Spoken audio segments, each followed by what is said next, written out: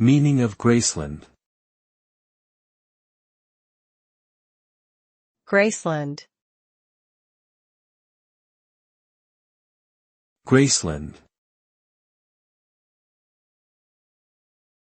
Graceland. Graceland. Graceland is the name of a property located in Memphis, Tennessee, which was purchased by Elvis Presley in 1957.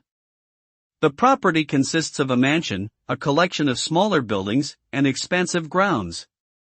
Today, it is a popular tourist destination and has been preserved as a museum dedicated to the life and career of Elvis Presley.